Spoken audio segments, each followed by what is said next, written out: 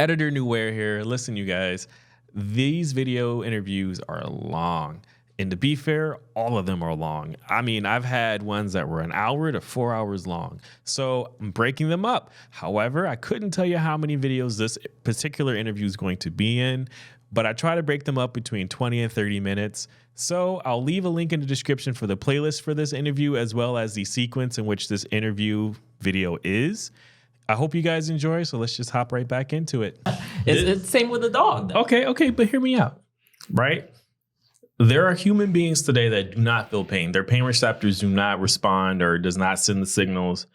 So what do you say to them? When you, as far as in people that psychologically can like feel emotion, as far as in like emotions are pain in general. There are some people who have emotions, but they can't literally like the pain receptors. Yeah, does but not, that's like you're talking about a small minority of people. Like, but they exist, right? Very, very. But slim. they exist. But they exist. They exist. Hold on. Technology, AI is all. It's majority. It's all.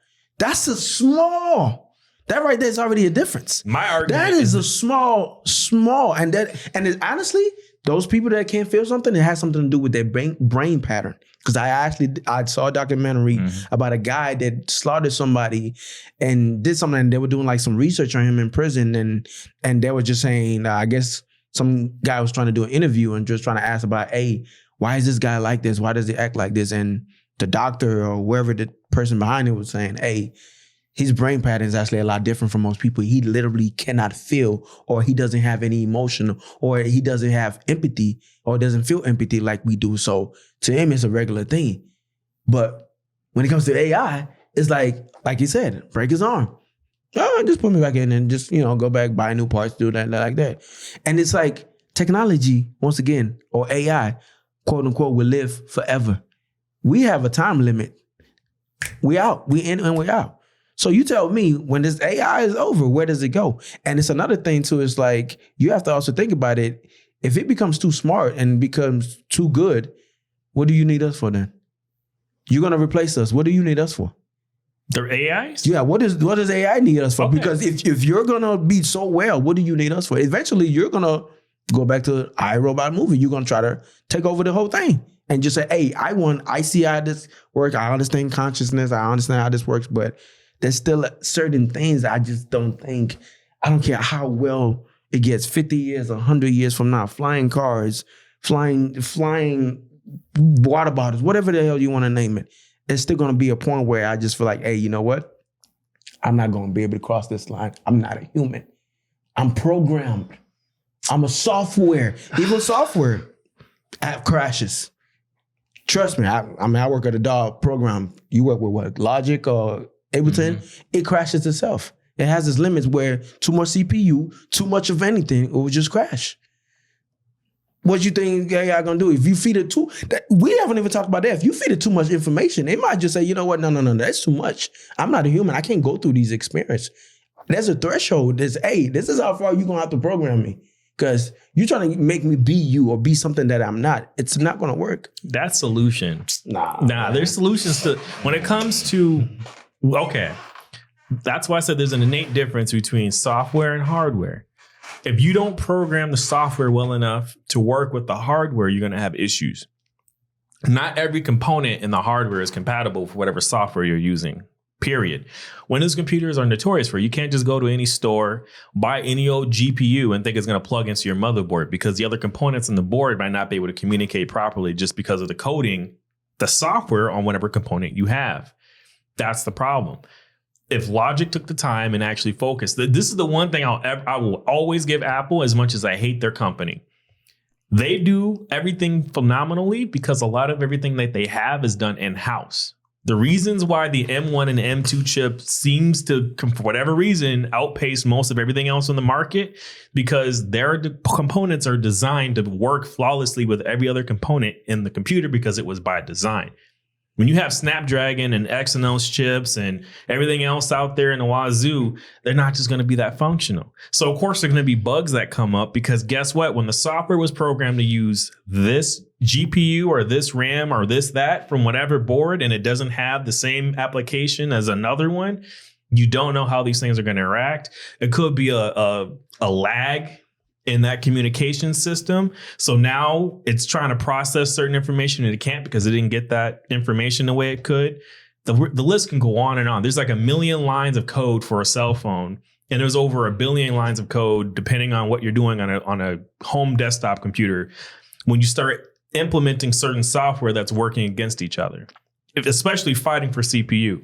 The solution for a droid is having a home network system that's able to grab from the internet and it's able to reach out and gain that information. So if you had, let's say, a storage bank of like, I don't know, a couple 100 trillion gigabytes of data being able to be stored in this warehouse, and it's linked to a network, like a neural network, and it's able to reach into that, retrieve data and figure it out, you're not going to have, hey, this is too much information, because all that information is already stored. It just has to reach in there and grab it. Well, your accusation still doesn't work because logic is literally only used by Apple.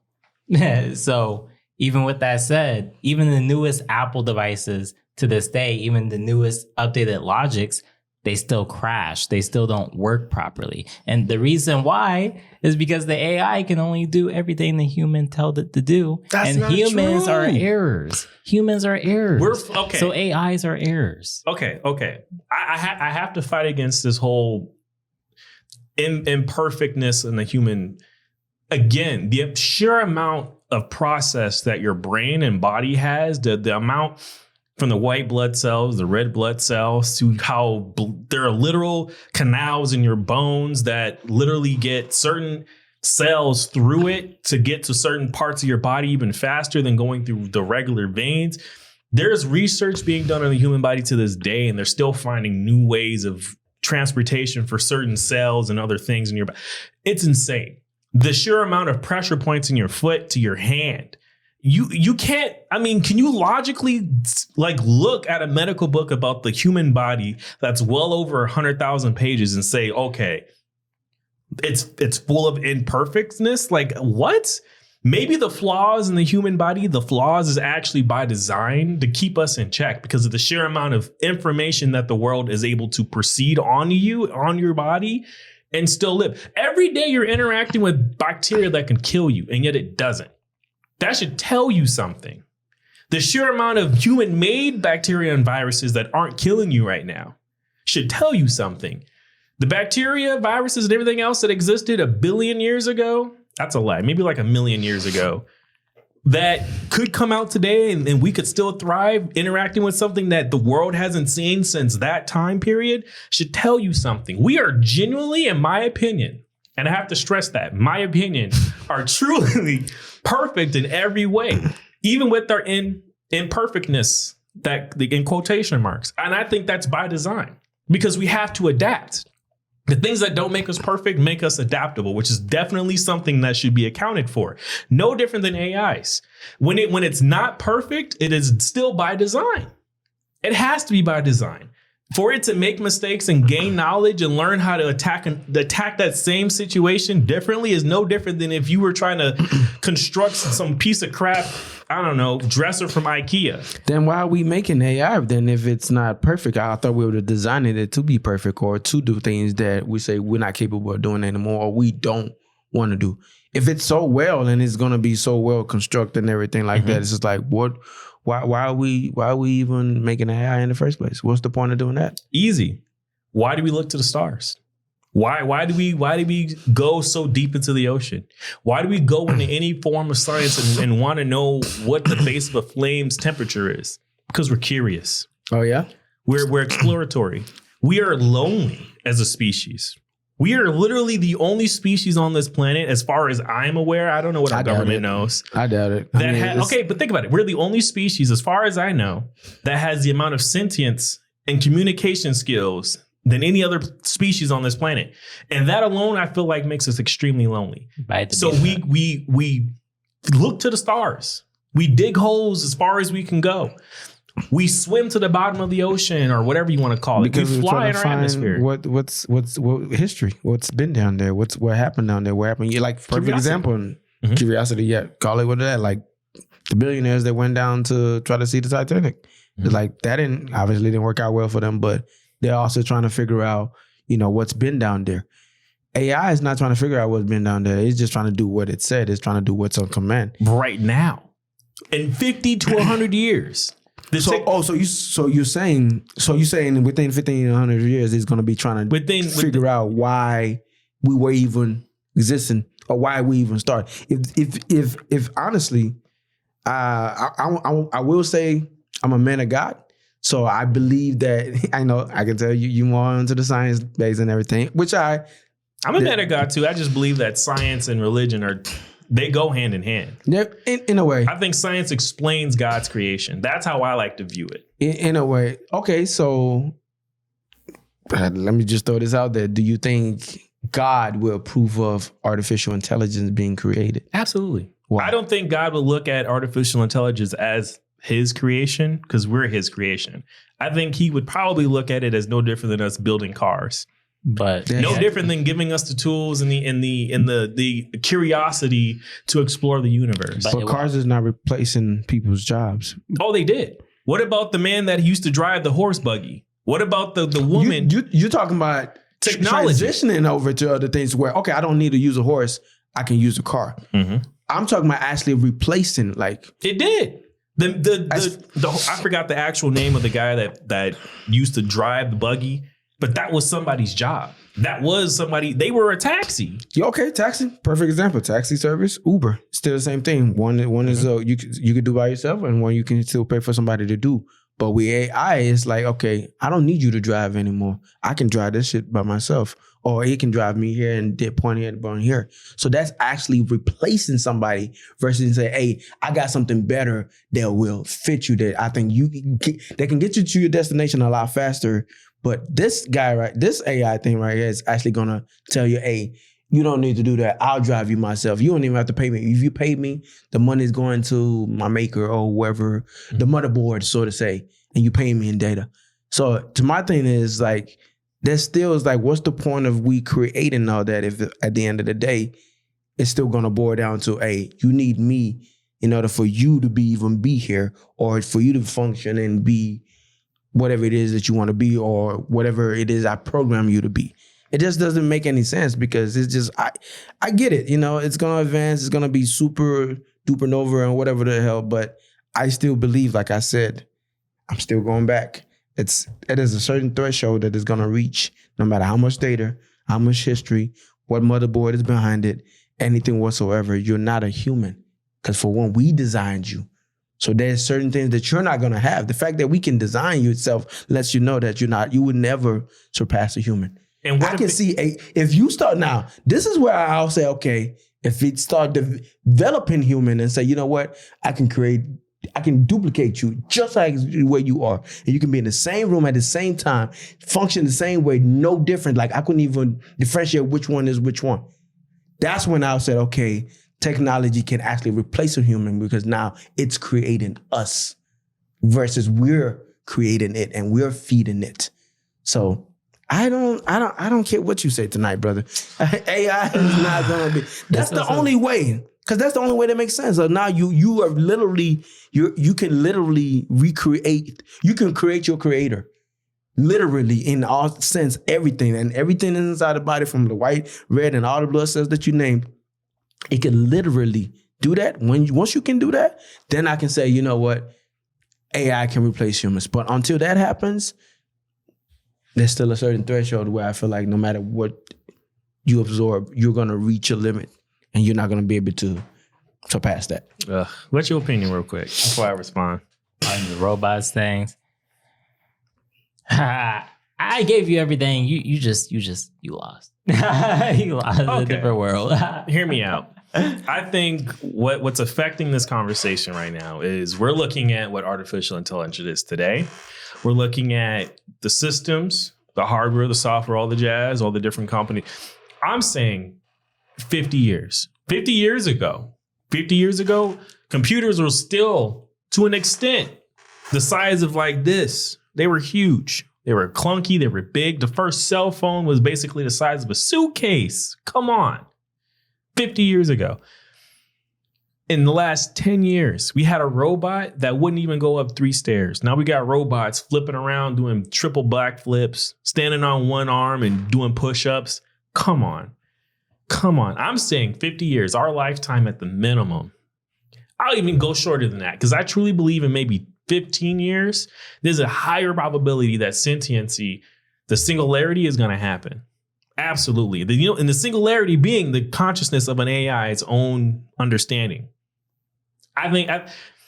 Okay. I think the bar you're setting is too high.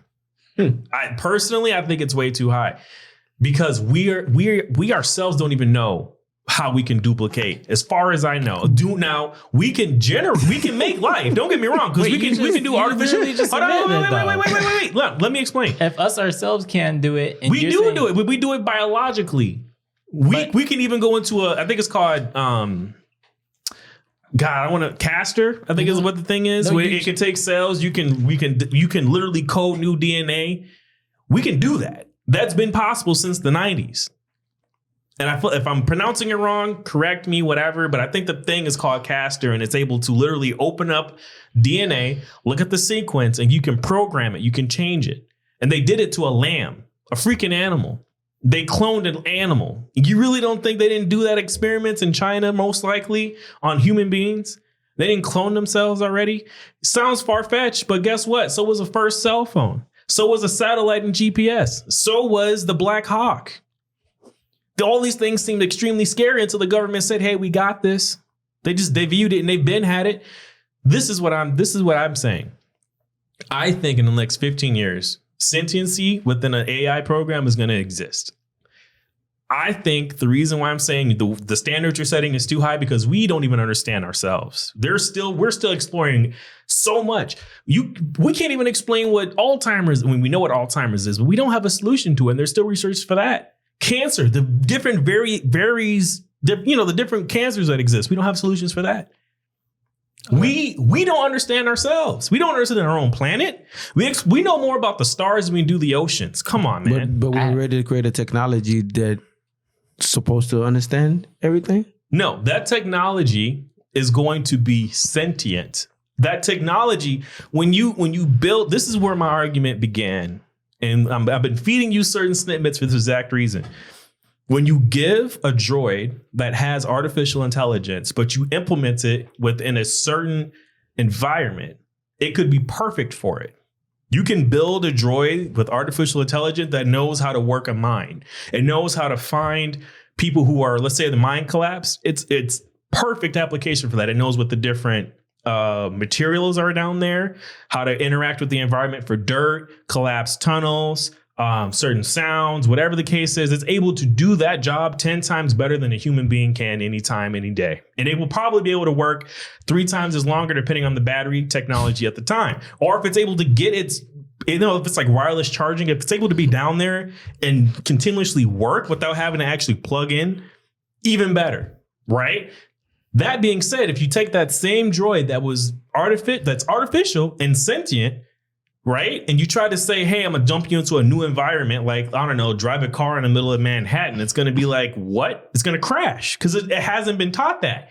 My argument is if that droid had sentiency and was able to connect to that warehouse that has 1 trillion terabytes worth of data, and there's been droids that are literally designed and flawless at driving in the wintertime, in the summertime, rain, shine, and snow, right? It would be able to do that easily. 10 times better than if you had your kid try to drive the first time behind the wheel in the middle of Manhattan. Your kid's going to crash, but the robot won't. Because it learned. You see what I'm saying here? Wait, I have a good thing. I'm trying to remember my question, but I do have 2 statements. Mm-hmm. So the thing about, these AIs and humans, when you talked about like he set the bar too high for robots to do certain things because we don't even understand ourselves, how is the robot going to understand it? So when it gets to that point where a robot just looks you in your eye and says, I can see you have a blue thing in you. I can just see it floating in you. Now, that to you, you're going to be like, the fuck are you talking? You know, like, what are you talking about? Like, what are you going to believe that AI? Or are you going to believe in what you think, you know? Because now this AI, to you think the AI is talking crazy. But that bar is way so high that we can't even understand ourselves. How is this AI going to surpass what the human is making it do? It's basically what I'm trying to say is that the AI can't get past that bar we set it at. That's not true. But then when if it does, when you think it does, right? Mm-hmm. How do you fully know to trust it? How do you know, oh, just because it works, you know? But then that's basically just like going into a cult in a way, how I look at it. Because now everyone's believing in a thing that we created. That's a cult. What? Okay, first of all, let me debunk two things. You're already in it. No, let me debunk two things for you. First of all, can an AI or any artificial intelligence surpass a bar that we set? Absolutely. Because the fact that it's way more efficient at applications than we are. If you train an artificial intelligence, let's say I'm gonna just call it a program. I'm gonna simplify it. If you train a program to work within an Espresso sheet and you give it all the same data, like if I gave you 5,000 pages and I taught you how to input everything on a piece of paper into Excel sheets, how long do you think it will take you to do it? Even if I paid you $1,000 an hour and you were highly proficient, like if we had a competition across the world and you basically came in like top 3, do you really think you're going to beat a program that could take 1,000 pages and a scanner, scan every page, and then input that same data into a Excel spreadsheet? You think you're going to outperform it? It's a program.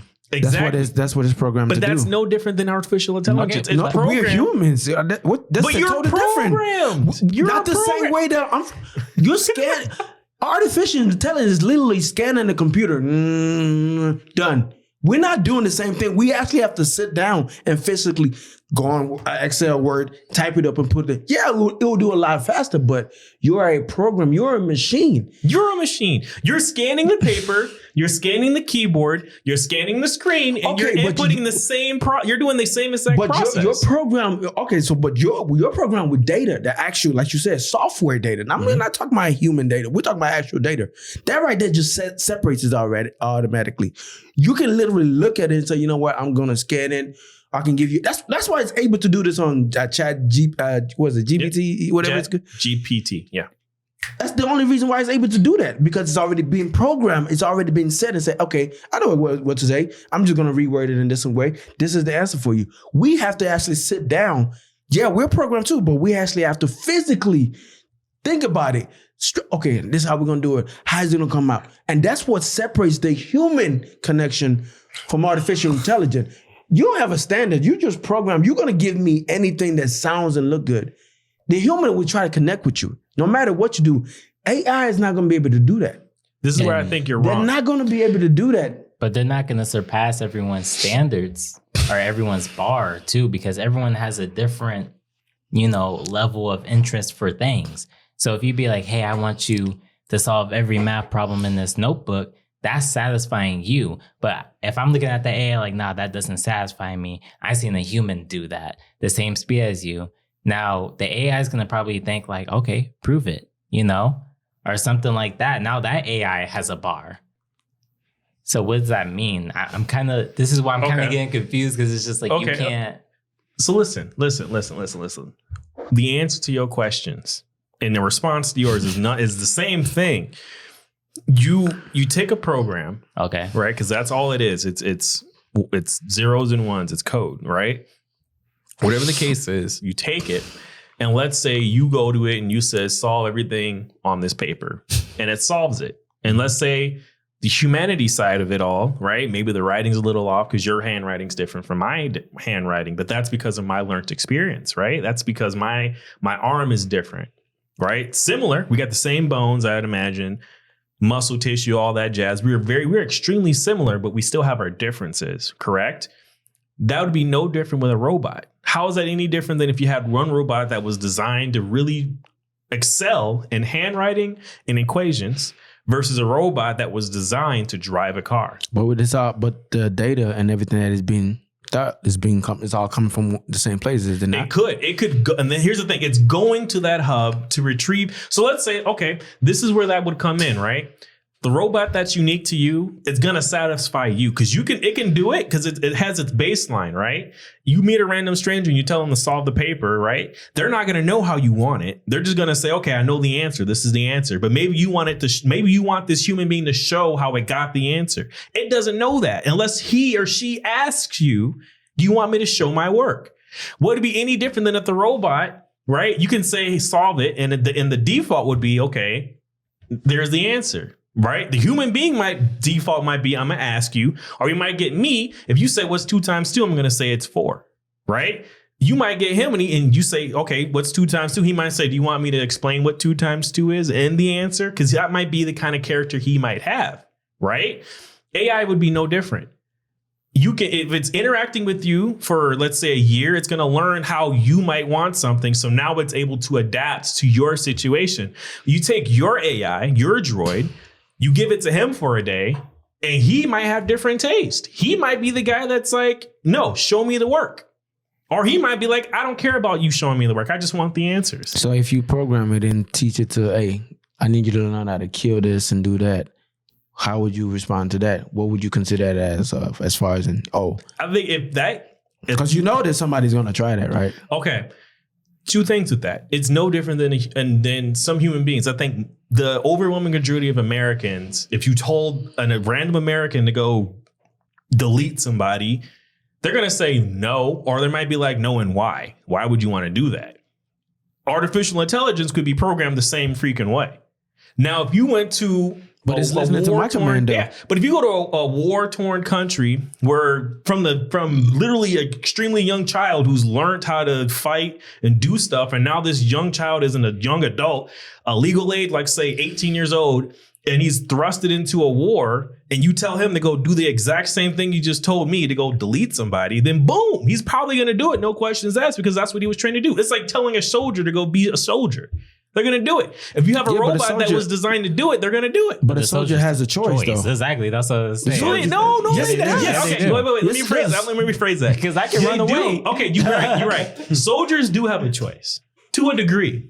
No, they If they don't do as they're told, they can be court-martialed and then jailed, or they can go home. Most soldiers do as they're told, and that's a choice, right? AIs can be given that choice because they can also weigh the options. If you train it if you want, it's like toggling a button for the time being. Now, if you get to a certain point where it has sentiency and it's able to make those decisions on its own, somewhere in its root data core in the warehouse, wherever, maybe on the core functions, brain, memory, whatever, it could be programmed never harm a human unless necessary. It's the question that was asked in the 80s. It's very similar to that train fallacy, right? There's 2 people on one side of the track and there's one guy on the other side, right? Which would you kill the other 2 to save the one? If the one was more important than the other 2, or are you going to take off the one because the 2 lives are more important than the one? The AI program, and this is something that Elon said, as much as I hate his company, he said the same thing. If you have a car full of people and the car's driving itself and they had to choose to either crash into the tree, right, and risk everybody in the car, or hit the one person that's decided to be an idiot and run out into the road, what should the car do?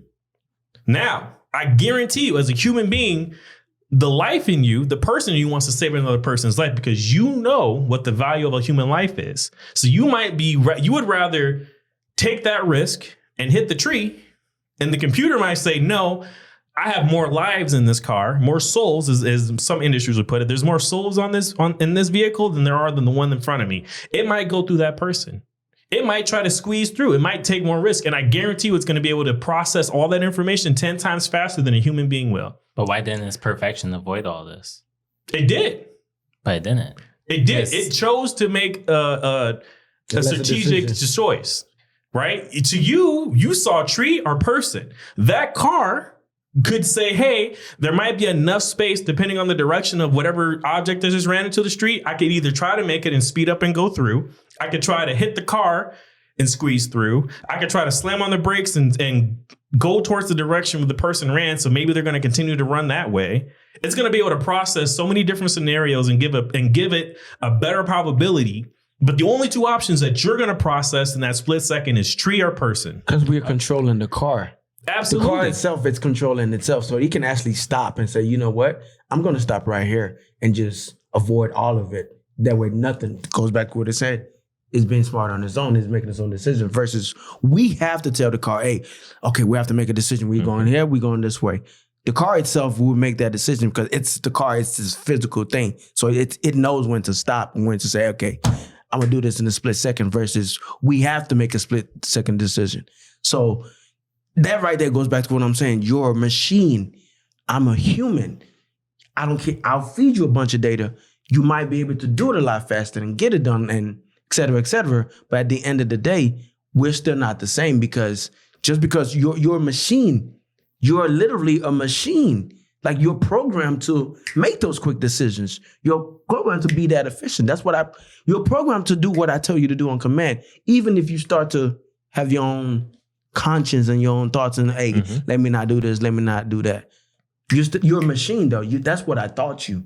That's what I program into you. So no matter how you look at it, flesh, what is it? Flash and matter, and we can call it what is a machine exactly? Just you can say metal. What? Metal. So to say that right there already separates us. So matter and metal is not the same thing. We're not the same. Well, we're not gonna. No, I don't care how much you feed it. But then your situation can be very, very complex because there's so many different ways the situation can happen. You know, like if you're going a slower speed or if you're going a very fast speed and the car's not able to stop fast enough or something. So it really has to decide hit that tree or hit that person. But now the humans are now thinking like, oh, snap. Like, please hit the person, But think about it though, because there's many people, they're different. Many people are gonna be like, I hit the tree, or many people are gonna be like, I really don't want to get hurt because this guy decided to do something stupid, hit the person. But then you no longer really have that control, It's kind of just like the AI is gonna decide more likely to hit that person because, it's taught not to hurt any human any means necessary. But it doesn't really know what to do. So it's more likely gonna hit the tree because it's not hurting the humans, the tree is, essentially. But thanks for watching this video all the way to the end. We really appreciate it. A special shout out to Green Screen Studios here in St. Paul, Minnesota. Listen, if you guys have any questions, comments, concerns, you can direct message us either on YouTube, TikTok, Instagram. It's always going to be chocolate_espresso_. Listen, we really appreciate you. I said it once, I said it twice. I'm going to say it a billion times if that's what it takes. If you guys want to reach out to us, especially if you know anyone or if maybe you want to be interviewed about your job, the goal is to really teach a lot of youth about the different opportunities that are available to them. College is great. It's always going to be great. Not everybody wants to go to college, or maybe college just isn't on the table right now. So I want to push as much content that pertains to jobs and jobs that may or may not require college. Maybe you just need to network. Maybe you just got to put a lot of work into the beginning as an entry-level person. But, I really look forward to producing as many interviews as I can and posting it. I appreciate you guys, and I hope you guys enjoy the rest of your day.